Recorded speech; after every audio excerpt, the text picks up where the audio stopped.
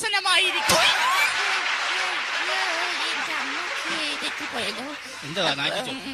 വേദിയിൽ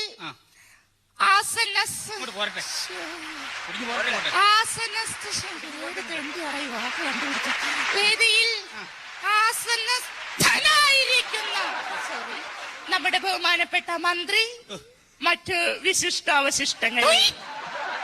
ഞാനിവിടെ വന്നപ്പോഴ് എന്നെ വളരെയധികം പുകഴ്ത്തി പലവരും ഇവിടെ സംസാരിച്ചു. സത്യത്തിൽ ഞാനൊരു കാര്യം നിങ്ങളോട് പറഞ്ഞുകൊള്ളട്ടെ. ഇദ്ദേഹം പറഞ്ഞതുപോലെ ഞാൻ വനിതകളുടെ മാത്രം മെമ്പർ അല്ല, ഞാൻ പുരുഷന്മാരുടെ കൂടി മെമ്പറാണ്.